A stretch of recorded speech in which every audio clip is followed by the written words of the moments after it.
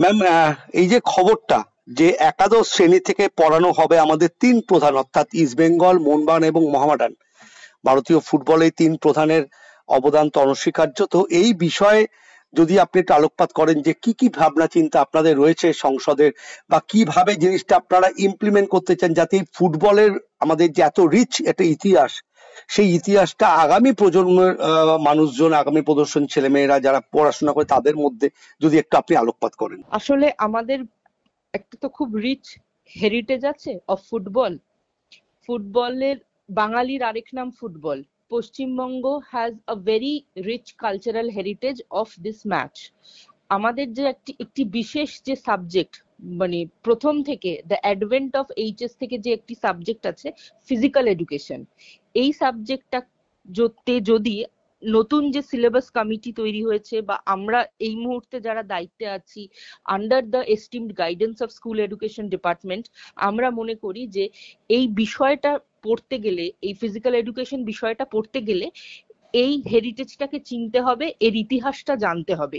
আর এখানে খুব গুরুত্বপূর্ণ ভূমিকা এই তিনটে বিশেষ দলের, মোহনবাগান, ইস্ট বেঙ্গল, মোহামেডান ক্লাব, আমরা এদেরকে ইনক্লুড করেছি। আরো আছে, আমরা এটা দিয়ে শুরু করেছি সিলেবাসটা এইভাবে।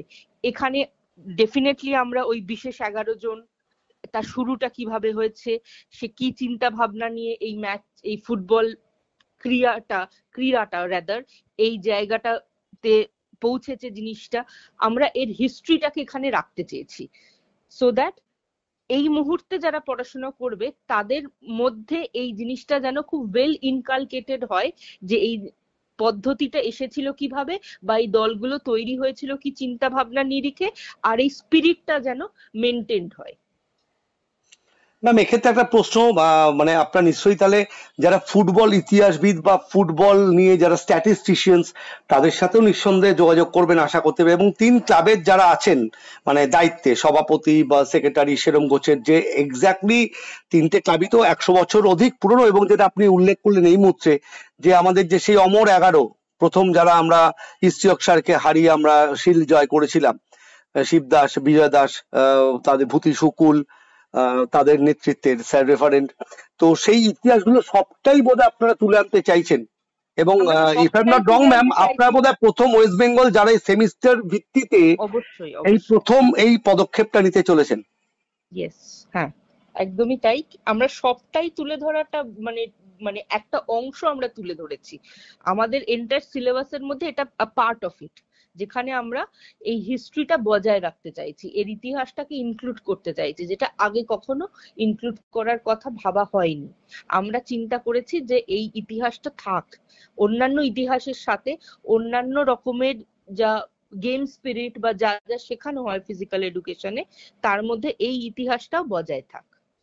ম্যাম, শেষ একটা প্রশ্ন, এই তিন প্রধান সহ আমাদের বাংলার মানে ফুটবল প্রশাসনের দিকে অন্যতম হচ্ছে ইন্ডিয়ান ফুটবল অ্যাসোসিয়েশন অর্থাৎ আইএফএ, যেটা অল ইন্ডিয়া ফেডারেশন অনেক পুরনো। সেক্ষেত্রে আইএফএরও কি কোনো অবদান, বা আইএফএরও যে সমস্ত টোটাল ইতিহাস, সেটাও কি আপনারা কিছু রাখতে চান? সেরকম কোনো প্ল্যান প্রোগ্রাম আছে ম্যাম?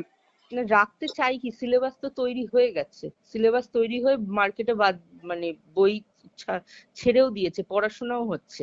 আমরা এই মুহূর্তে যতটা ইনক্লুড করেছি, ভবিষ্যতে আবার যখন সিলেবাস রিভাইজ হবে, সিলেবাস তো রিভাইজ হলো প্রায় 10-12 বছর পরে সিলেবাসটা রিভাইজ হয়েছে, আবার যখন রিভাইজ হবে তখন আবার সেই সময় কন্টেম্পোরারি যা কিছু থাকবে অবশ্যই ইনক্লুড করার কথা ভাবা হবে, সে যেই দায়িত্বে থাকুক না কেন সেইভাবেই চিন্তা ভাবনা করা হবে, যাতে সবকিছু আপডেটেড ফর্মে আমরা দিতে পারি। আপনারা দেখছেন ইউএন লাইভ, বাংলা খবরের শেষ কথা।